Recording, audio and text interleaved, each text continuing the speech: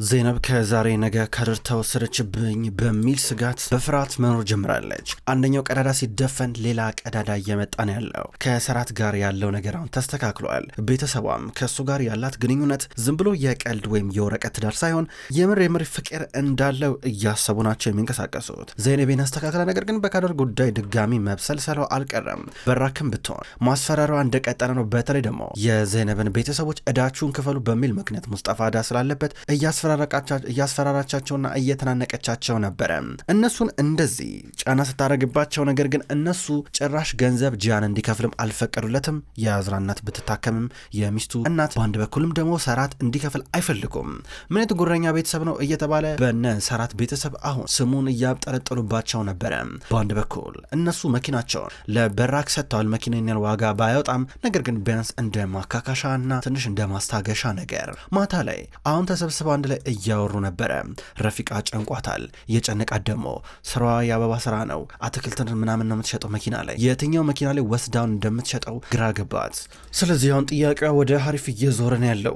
ሀሪፍ አሁን ምንድን ነው የምናደርገው? እሺ እኔ መኪናውን አስረከብካቸው፣ ታዲያ እንዴት ነው የምንሸጠው አለችው። ረፊቃ ኧረ በፈጠረሽ እኔ በምን መሸጥ እንዳለብን በምን አውቃለሁ? በቃ አትዘኝ፣ የሆነው ነገር በሙሉ ሆኗል። በቃ ማለቴ ከዚህ በኋላ አበባ ላንሸጥም እንችላለን እኮ ምንድን ነው ነገሩ አላት።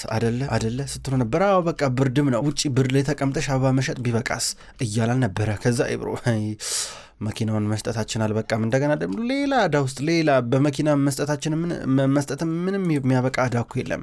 ቀጣይ ደግሞ በር ላይ ማን ያውቃል፣ ነገ ፍሪጃችን አውጥተን በር እናስቀምጥላቸው ሊሆን ይችላል። ምን አይነት ጣጣ ነው? ምን አይነት ነገር ውስጥ ነው የገባ ነው? ምን አይነት ጉራ ነው እያለች ሙስጠፋን ታየዋለች። እንዴ አንተ እሷ ምንህም አይደለችም ሲጀመር አይደል እንዴ? ምንድን እንደዚህ ነው መኩራራት? እንዴ ባሉ አይደል ልክፈል ያለው የእሷን እናታ እንዲያሳከምክበት በብሮ አለች። ኢብሮ እስኪ ዝም በይ በቃ፣ አንቺ ስለ ኩራት ምን ታውቂያለሽ እያለን ነበረ። እናንተ ነው የምታውቀው በላሳየኛ እንዴት መኩራራት እንዳለብህ። እንዴ ያቺ ትርጉዝ መሆኗ ታወቀ። ታዲያ ምንድነው የምታረገው? እንዲያውንም ቢሆን አዝራን ለማውራት ትሞክራለህ እንዴ? ምን ናት እሷ? ምድሮ ከሷ ጋር ያጣመራለችው እጨጭ። አሁንስ በዛ ዝቤት ውስጥ ጭቅጭቅ ነው ያስጠላኝ። በእናታችሁ ተው በቃ ልጆች ተው በቃ እያለ ረፊቅ ይቆጣል። ረፊቃ በር ድንገት ሲንኳኳ ቆይ ልክፈት ብላ በሩን ከፈተች። የመጣችው በራክ ነበረች። አንቺ እዚህ ምን ታደርጊያለሽ ትላታለች። በራክ ሰተት ብላ አይኗን በጨው ጠብ አድርጋ ወደ ውስጥ እየገባች ነበረ። ተመልከቱ ፈጣሪው ምን ትሰሪያለሽ? የምትይውን ነገር በይና ከዚህ ውጪ እያለ ረፊቅ ይቆጣል። ምንድነው ፊታችሁ ምንድነው የቆዘማችሁ ትመስላላችሁ? አንተ በተለይ ደስተኛ መሆን ነበረብህ አለችው ሙስጠፋን እየተመለከተችው። በራክ በእናትሽ ሂጂ ከዚህ፣ እኔ ከአንቺ ጋር ምንም መጨቃጨቅ መከራከር አቅሙ የለኝም እያለ ነበረ። ቆይ አንዴ ማለት የምትፈልገው ነገር ትናገር፣ ለምን የመጣሽው እያለ ነበረ። ጥሩ ነው በጣም ዘይነብ ታጀር በመጨረሻም ሰራትን ማግባቷ አይደል እንዴ? ማለት ዕዳ ቢኖርባችሁ ምንም ቢመጣ ምንም ይከፈልላቸዋል እያለች ነበር። ምን ለማለት ፈልገሽ ነው አልገባኝም። ቀጥታ መናገር የፈለግሽው ነገር ተናገሪ፣ ምንድነው ሀሳብሽ ይላታል። ሰራ ደውሎልኝ ነበረ የሙስጠፋን ዕዳ ለመክፈል ፍላጎት እንዳለው ነገረኝ ትላለች። እዚህ ጋር ኢብሮ ደንግጣየች ነበረ። ሙስጠፋን ቢሆን አልጠበቀም ነበር። ቆይ አንዴ እንዴት ነው አልገባኝም። ማለት ሰራት የሙስጠፋን ዕዳ ለመክፈል እየሞከረ ነው እያልሽኝ ያለሽው አላት። አዎ ለመክፈል ይፈልጋል፣ እኔ ግን አልፈቅድለትም። ምክንያቱም ያው ስለማልፈቅድለት፣ ግን እሱ ለመክፈል መንገዱን አያጣም ሰራት ስለሆነ ስትል ነበረ። ሀሪፍ መቆጣት ጀመረ። ይልሽ እኔ መቤት እዚህ ቤት የመጣሽው እኛን ለመሳደብ ከሆነ ከዚህ ሂጂ፣ እኛ በራሳችን ዕዳውን መክፈል እንችላለን። ሲጀመር ዛሬ መኪናውን ልኬልሽ ነበረ፣ በርሽ ላይ አስቀምጬ ነበር ሄድኩት። ይህም ከዕዳችን ላይ እንዲቃለል ነው አይደል እንዴ? እኛ ካንቺ ምንም ነገር አንፈልግም፣ ተይን በቃ ምንም አንፈልግም እያለ ነበረ። እስቲ ምናልባት ታዲያ ሰራት እንዴት ሊያቅ ቻለ ስለ ዕዳው እስኪ እንዴት ሊያቅ ቻለ ብላ ጠየቀቻቸው። ሁሉም እርስ በርስ ተያዩ። እንደዛም ሆኖ በራክ ልትሰድባቸው አይነት እንደመጣች ስሜት ስለተሰማቸው ሂጂ በቃ ብለው ገፈታትረው አስወጧት። እሷን ካስወጡት በኋላ እሺ እናንተ ማን ነው ለሰራት የነገረው? ሰራት እንዴት ሊያቅ ቻለ? ማን የነገረው ብሎ አፈጠጠባቸው። ከእናንተ መካከል ከሁለታችሁ ለሰራት የነገረው አለ እንዴ ብሎ ጠየቀ፣ ሚስቱን ስለማይጠረጥራት። እዚህ ጋር ኢብሩ ኧረ እኔ ምንም አውቀው ነገር የለም ያልተናገርኩም ትላለች። ሙስጠፋ ጭራሽ ያገኘው ሰው የለም እያለ ነበረ። ድንገት ግን ኢብሩ ያው ለእህቴ ነግሬያታለሁ ለዘይነብ ጨነቀኝ፣ ከዛ ነገርኳት። ምን ችግር አለው? እህታችን አይደለች እንዴ ብነግራት ምናልባት እሷ ትሆናለች የነገረችው ትላለች። ሀሪፍ ተናደደ። በቀጥታ ወደ ዘይነብ እየደወለ ነበረ። ወደ ዘይነብ እየደወለላን ነው። ዘይነብ ደግሞ ቤት ውስጥ ቁጭ ብላለች፣ እያሰበች ነው። ድንገት ስልኳ ተደወለ። ሄሎ አባዬ ትላለች ዘይነብ ስለ ዕዳችን ለበራክ ወይም ለሰራት ነግረሻል እንዴ ብሎ ይጠይቃን ነበረ። ኧረ እኔ ለሰራት ምንም አላልኩትም፣ በራክ ምንም የጠየቀች ነገር የለም ትሏለች። ኧረ እናንቺ አልነገርሹማ፣ ጥሩሽ በቃ ሌላ ቀን እናወራለን ብላ ስልኩን ዘጋው። ዘይነብ ከዛ ምን ተፈጠረ ብላ በቀጥታ ወደ ሰራት መኝታ ክፍል እየሄደች ነበረ። ሰራት መኝታ ክፍሉ የለም። የት ሄዶ ነው ብላ እያሰበች እያለ በድንገት ከኋሏ መጣና ነካ አረጋት።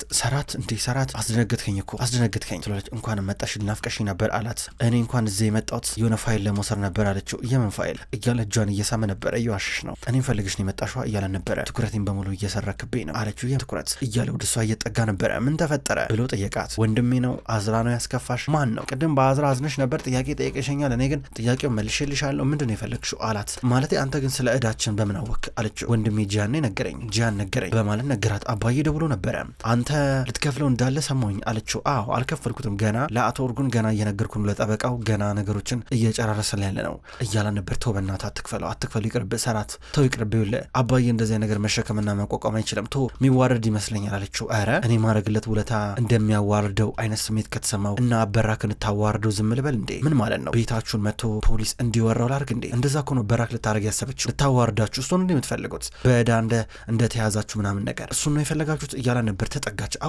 አውቃለሁ ማለት ይሄ ዕዳ የሚባል ነገር ከባድ ነው ነገር ግን እኔ እከፍላለሁ ስትል ነበር። እንዴ ብለሽ ነው የምትከፍይው እንዴ? ምን ማለት ነው? ችግሮቻችንን መጋራት አለብን አልተባባልንም እንዴ? በህመም በደስታ እኮ አብረን እኮ እንሆናለን አይደል? ዝም ብሎ ብቻ አይደለም ለይምሰል መሆን የለበትም አይደል እንዴ?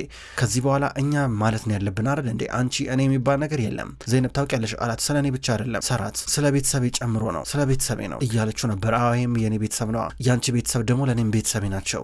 በጭራሽ አባትሽ ማንም ሰው እንዲያስከፋውም አልፈልግም እንዲናድዱብኝም አልፈልግም አላት። ሰራት አይሆንም ስማ እኔን ነገር መቀበል አልችልም ለምን አትረዳኝም አለችው። እኔ ደግሞ አንቺ እንዲከፋሽ አልፈልግም አንገታችሁ እንድትደፋ አልፈልግም። በቃ በራክ ቤተሰብሽ ልታስከፋብሽ ትችላለች ይህን ዕዳ ተጠቅማ ስለዚህ እዚህ ጋር ጣልቃ መግባት አለብኝ እንደ ባለሞኝ ማለት ነው እያላት ብዙ ሊያሳምናት ወተወታት። ነገር ግን ዘይነብ እየተዋጠላት አይደለም። እኔ ካልፈለግኩስ አለችው። እንደማትፈልግ ብቻ ነግራው ምንም አይነት ምክንያት የላትም ነገረችው። ባትፈልጊም እንኳን እያላን ነበረ።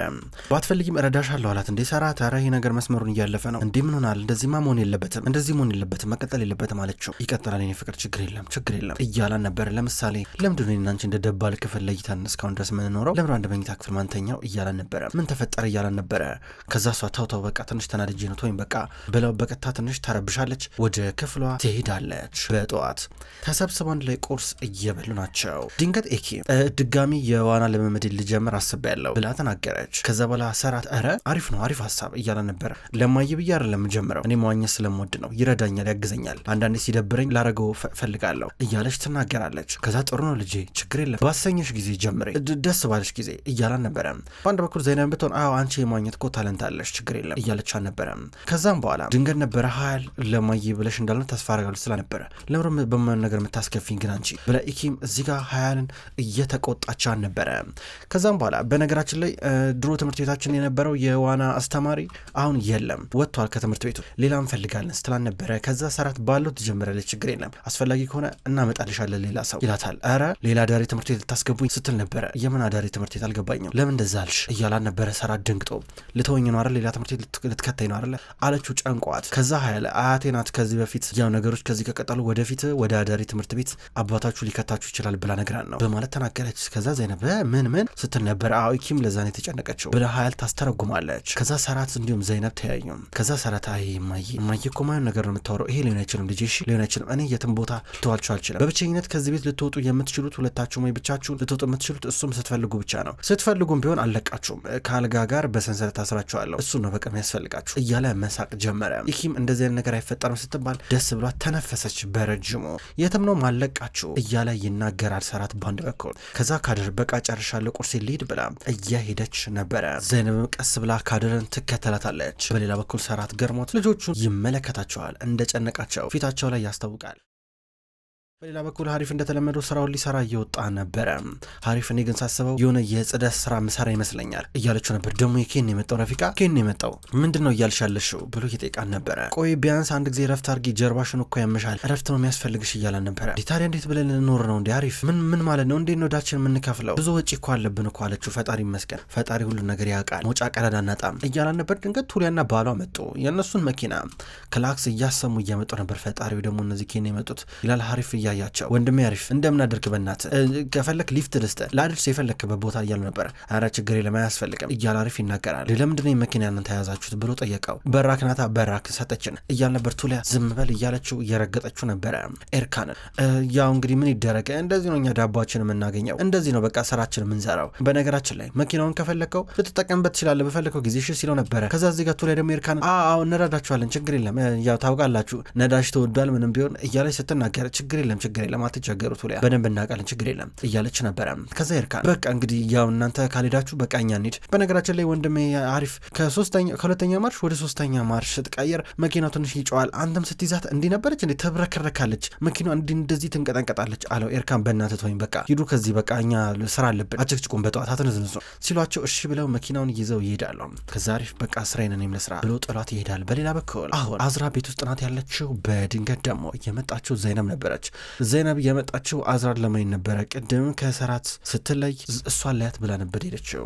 ከዛ ተኝታለች አዝራ። ከዛ ዘይነብ ስታያት ዘይነብ እንኳን ደህና መጣሽ እንዴት ነሽ አለቻት። እንዴት ነሽ አዝራ ሁሉም ነገር ሰላም ነው ተሻለሽ አለቻት። ደህና ነኝ ትላታለች። አዝራ ግን የምር እንዴት ነሽ አለቻት። ከጃን ጋር ያለሽ ነገር ትክክል እንዳልሆነ እኮ ግልጽ ነው ሁሉም ነገር የሆነ ነገር እያሳሰበሽ እንዳለ እዚህ ቤት ውስጥ ግልጽ ነው ስትላት ድንገት ጃን ከኋላ መጣ። ዘይነብ ዞር ብላ አየችው። ከዛ ጃን ወደ ውስጥ እየገባ ነበር በፈገግታ እየገባ የሆነ ነገር ጠይቀሽ እስቲ ለምንድን ነው ሚስቴ በእኔ ደስተኛ ልትሆን እንደማትችል አድርገሽ የምታስቢው ችግርሽ ምንድን ነው እስቲ ያለ ጃን በንዴትም በእልህም በመገረምም ሆኖ እየጠየቀ ነበረ።